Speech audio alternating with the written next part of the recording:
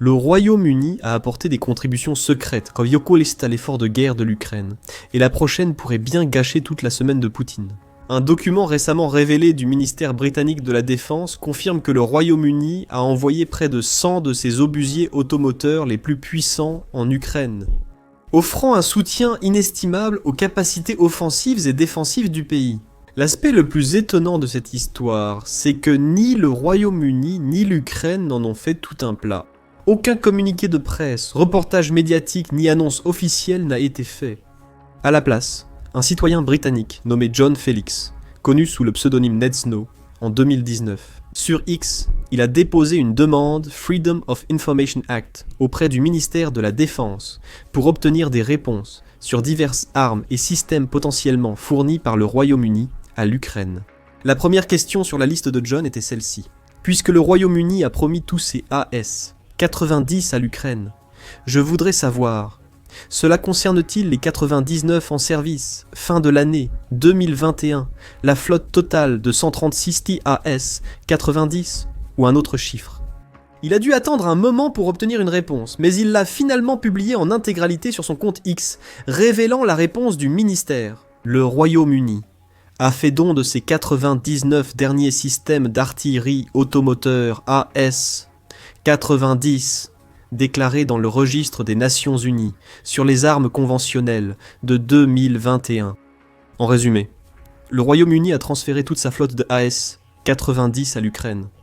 Pour saisir l'importance de cette nouvelle, examinons de plus près ces systèmes.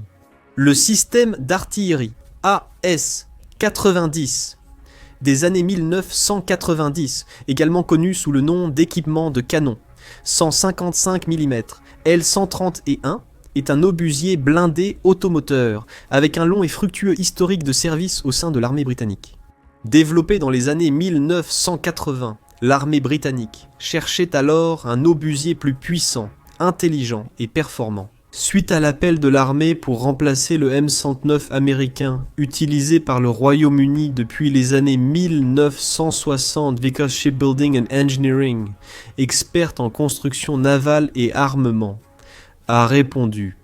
Elle a conçu et développé l'AS-90, un obusier chenillé de 45 tonnes, mesurant plus de 9,9 mètres de long, 3,4 mètres de large et près de 3 mètres de haut, avec suffisamment d'espace à l'intérieur pour accueillir jusqu'à 5 membres d'équipage à la fois. Propulsé par un moteur diesel Cummins BT A903 T660 1148 LV8 de 660 chevaux, l'AS-90 affiche une vitesse de pointe de 34 miles par heure, 55 km par heure et une autonomie opérationnelle maximale pouvant atteindre 230 miles soit 370 km. Il possède l'agilité d'un véhicule de combat d'infanterie, combiné à la puissance de feu d'un obusier haut de gamme grâce à son canon principal. Un canon de 155 mm L39, tirant des obus standards de 39 calibres à long canon, atteint plus de 15 miles de portée. 25 km. Il peut aussi être réglé pour tirer des munitions base bleed à canon long de 52 calibres encore plus loin, jusqu'à 19 miles environ. 30 km. Les munitions base bleed expulsent du gaz derrière l'obus pour réduire la traînée et atteindre une plus grande portée que les munitions standards. L'AS-90 dispose également de 3 modes de tir distincts. Un mode rafale, dans lequel il peut tirer 3 obus toutes les 10 secondes, un mode intense avec 6 obus par minute, pendant une durée maximale de 3 minutes, ou un mode soutenu, où le système tire 2 obus par minute sur une période de 60 minutes complète. Parmi les autres caractéristiques clés, figure la capacité de l'AS-90 à passer du mode déplacement au mode tir en moins d'une minute, ainsi que sa capacité à effectuer des tirs à impact simultané de plusieurs obus. Technologie MRSI. La technologie MRSI permet à cet obusier de tirer 3 obus à des trajectoires différentes en succession rapide, réalisant presque la tâche de 3 systèmes en un. C'est extrêmement bénéfique sur le champ de bataille, car cela rend la vie 3 fois plus difficile pour l'ennemi. Cela leur laisse très peu de temps pour réagir ou prendre des mesures telles d'évasion, alors qu'une rafale d'obus explosifs s'abattait sur leur tête. Mais l'AS-90 n'est pas seulement capable d'infliger des dégâts, avec son blindage entièrement soudé en acier, qui atteint 17 mm d'épaisseur à certains endroits, il est également capable d'encaisser quelques coups, sans tomber en morceaux, comme d'autres alternatives d'artillerie plus faibles et fragiles. Il est également équipé d'une mitrailleuse L-Sept de 7,62 mm comme armement secondaire, et chaque unité peut transporter jusqu'à 48 projectiles, et charge à la fois dont 31 dans la tourelle et 17 dans la caisse, ainsi que 1000 cartouches de mitrailleuse. Un total de 179 de ces systèmes ont été produits, et les capacités de l'AS-90 ont été officiellement mises à l'épreuve pour la première fois en Bosnie et au Kosovo dans les années 1990 pendant les guerres yougoslaves, puis à nouveau en 2003 lors de la guerre d'Irak, lorsque 32 de ces systèmes ont été utilisés pour bombarder des positions de mortiers irakiens, lors d'une des plus grandes batailles d'ouverture du conflit, la bataille de Bassora. Le général Robin Brims, commandant de l'armée de terre à l'époque, s'est dit satisfait de la précision remarquable de l'AS-90. Il a déclaré que la précision phénoménale de cette arme dépassait de loin tout ce à quoi on aurait pu s'attendre. Il a mentionné ce canon automoteur comme l'un des 5 grands atouts de la victoire des forces britanniques. L'ancien ministre britannique de la Défense, Adam Ingram, a salué les performances de l'AS-90, affirmant que ce canon automoteur avait bien fonctionné, offrant un soutien de feu précis avec 95% de disponibilité. Mais les grandes puissances militaires comme le Royaume-Uni ne peuvent pas se permettre de rester immobiles. Elles doivent guetter la prochaine innovation majeure. Et malgré l'impressionnant palmarès de l'AS-90, l'armée britannique est finalement passée au système d'artillerie suédois Archer, qui a apporté plusieurs grands avantages en termes de cadence de tir et de technologie d'automatisation. À ce moment-là, le Royaume-Uni avait un choix à faire. Il pouvait mettre au rebut ses anciens AS-90, les stocker ou les vendre à un pays plus petit, qui n'aurait pas besoin ou les moyens d'acquérir des systèmes d'artillerie avancés. Mais avec l'invasion de l'Ukraine par la Russie, l'armée britannique disposait aussi d'une 4e option. Elle pouvait tout simplement transférer sa flotte d'AS-90 à Kiev. Se séparer d'équipements inutiles tout en soutenant fortement les forces armées ukrainiennes. Tout cela en même temps. Heureusement, le Royaume-Uni a pris la bonne décision. Nous savions déjà que la Grande-Bretagne avait livré des AS-90 à l'Ukraine en 2023. Peu après avoir envoyé sa flotte réduite de 14 archers, elle aurait expédié 32 de ses systèmes d'artillerie de l'autre côté de la Manche jusqu'à Kiev. Cependant, les registres indiquant que le Royaume-Uni détenait encore au moins 50 AS-90, de nombreux analystes militaires se sont interrogés sur le sort de ces unités restantes. Étaient-ils mis à la casse, vendus ou secrètement envoyés en Ukraine sans que personne ne le sache? Eh bien, maintenant nous le savons. Grâce à la demande Freedom of Information Act de John Felix, un total de 99 de ces systèmes ont été envoyés en Ukraine. Il est cependant important de noter que tous ces systèmes n'étaient pas à l'origine en service actif. Selon Felix, l'armée britannique disposait de 99 AS-90 fonctionnels en service, ce dont le transfert vers l'Ukraine a été confirmé. 37 obusiers attendaient encore la mise au rebut, donc n'étaient plus opérationnels. Mais cela ne les rend pas inutiles. Les ingénieurs ukrainiens peuvent restaurer certaines de ces anciennes unités, ou les utiliser comme pièces détachées, pour maintenir les canons de première ligne après des dégâts causés par des bombes, missiles ou drones russes. Et même avec ces 37 qui ne sont pas en état de combattre l'Ukraine, se retrouvent tout de même avec près de 100 AS, 90 entièrement opérationnels, pour frapper les positions ennemies, les fortifications, les concentrations de troupes et bien plus encore. En bref, c'est une victoire majeure pour l'Ukraine pour plusieurs raisons importantes. Tout d'abord, l'introduction de l'AIAS-90 ajoute une couche supplémentaire à l'arsenal d'artillerie de plus en plus diversifié de l'Ukraine.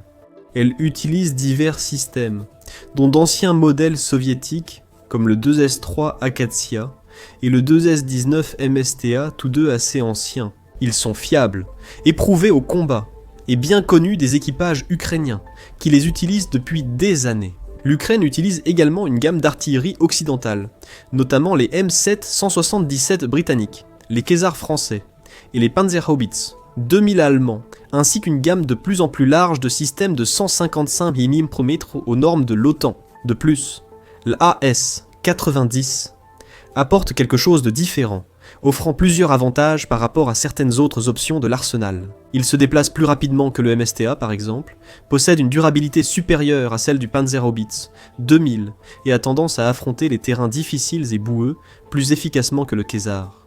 C'est l'un des meilleurs systèmes d'artillerie pour résister au froid, à l'hiver et aux terrains difficiles. Parfait pour un endroit comme l'Ukraine, surtout pendant les périodes les plus froides et les plus rudes de l'année. De plus, contrairement à certains des anciens systèmes soviétiques, l'AS-90 est entièrement compatible avec les munitions de l'OTAN. Dans l'ensemble, c'est un véritable cheval de bataille, un ajout indispensable à une gamme déjà excellente d'artillerie.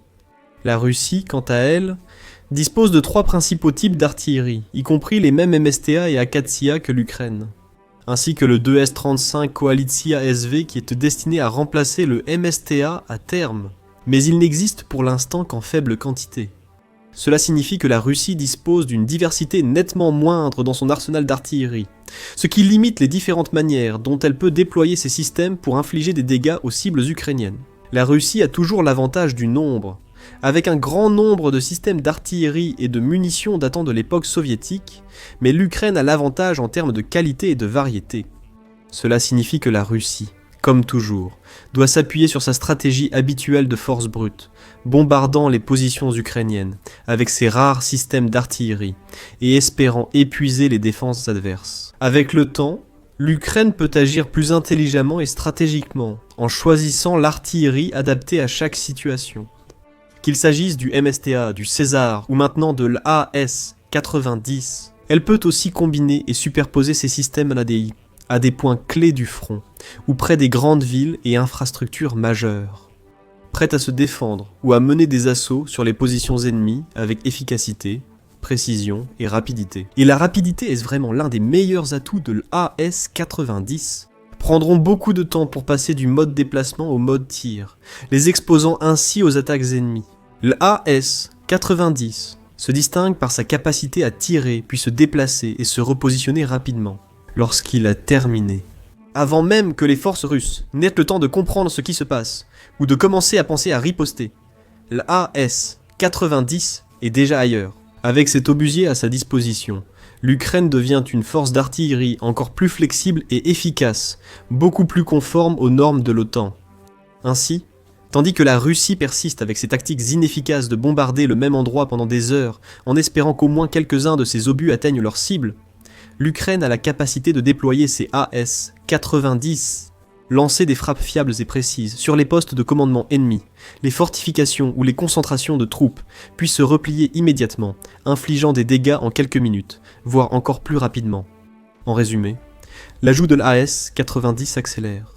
L'Ukraine progresse vers le statut de l'une des superpuissances militaires les plus modernes de la planète, avec une force capable de rivaliser avec certaines des plus grandes et puissantes nations. Toutes. Alors que la Russie semble de plus en plus dépassée avec ses reliques soviétiques rouillées et ses doctrines d'artillerie obsolètes, la précision, la puissance de feu et les capacités MRSI donnent à l'AS-90 un net avantage. Et l'Ukraine ne reçoit pas seulement une demi-douzaine de ces systèmes, elle en obtient près de 100, avec un nombre conséquent, en état de fonctionnement, et un stock utile de pièces détachées pour les réparations. Il convient également de noter que les forces armées ukrainiennes se sont révélées remarquablement habiles à tirer le maximum de valeur de presque chaque armement ou équipement envoyé par leurs alliés occidentaux. Nous avons vu les défenseurs de Kiev maintenir d'autres systèmes d'artillerie, comme les M777 et les Caesar mentionnés précédemment, opérationnels bien plus longtemps que ce que de nombreux experts occidentaux avaient prévu. Ils feront probablement la même chose avec ces AS-90, en veillant à ce que chacun dure le plus longtemps, et inflige un maximum de dégâts avant d'être retiré ou remplacé.